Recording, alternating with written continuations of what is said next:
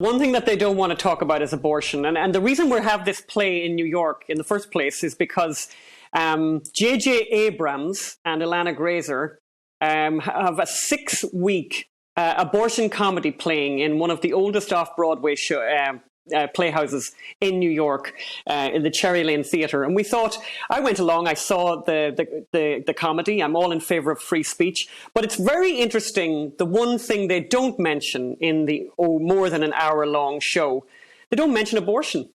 That's the one thing that they don't want to mention. And I think that's exactly what we want to mention in our show. I mean, we basically are saying, if you can laugh about abortion, we can tell the truth. And our show is based on the verbatim transcripts from the Gosnell trial, with individuals who gave evidence, particularly expert witnesses, who describe what an actual abortion is. And I don't know, Mark, you know a lot about the theatre. I would say it may well be the first time ever on a theatre stage in New York there will be somebody describing what an actual abortion is. And that's the tricky bit. That's where the pro-choice crowd want to hide. No, there is a brutality and there is an ugliness to it under all the polite evasions. But yes. you know what British and European opinion is like. It thinks, it's all a bit icky. I really don't want to hear about it. Let's all agree that it can go on and not talk about it. Now, you're an Irish lady of the sort of the post super Catholic De Valera founding generation of the Irish state. So you're not someone who was, I'm trying to put it as mildly as possible. You're not you're not some uptight social conservative. You actually changed your mind.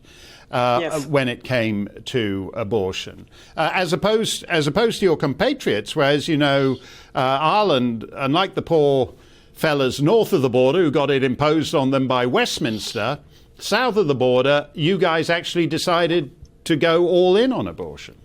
Not only that, Mark, we're the only country on the planet Earth that has ever voted for abortion so far, and with an overwhelming majority. And I was listening to your earlier interview with Naomi Wolf, and I thought it was interesting where she talked about every abortion as a tragedy. Well, not according to the Irish, by the way. The day that the vote was won by the pro-abortion crowd, they danced. People had champagne. There were celebrations. It was all so funny. And as I said, we're obviously making this play in New York in response to a comedy about abortion.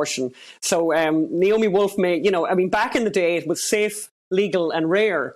That's not at all what the pro-abortion people are looking for now. They want it up till 9 months. I mean, this is something that I think is one of those things that just doesn't get any press. As a journalist, this is a story that gets very much neglected, and for a very good reason. Because once you find out about it, you don't like what you find out. Particularly in America, where you can have an abortion up to 9 months for any reason. I say that to people, and people don't believe you. People don't believe you because they've never heard of it. And the only reason they haven't heard that is because journalists choose not to report on this story.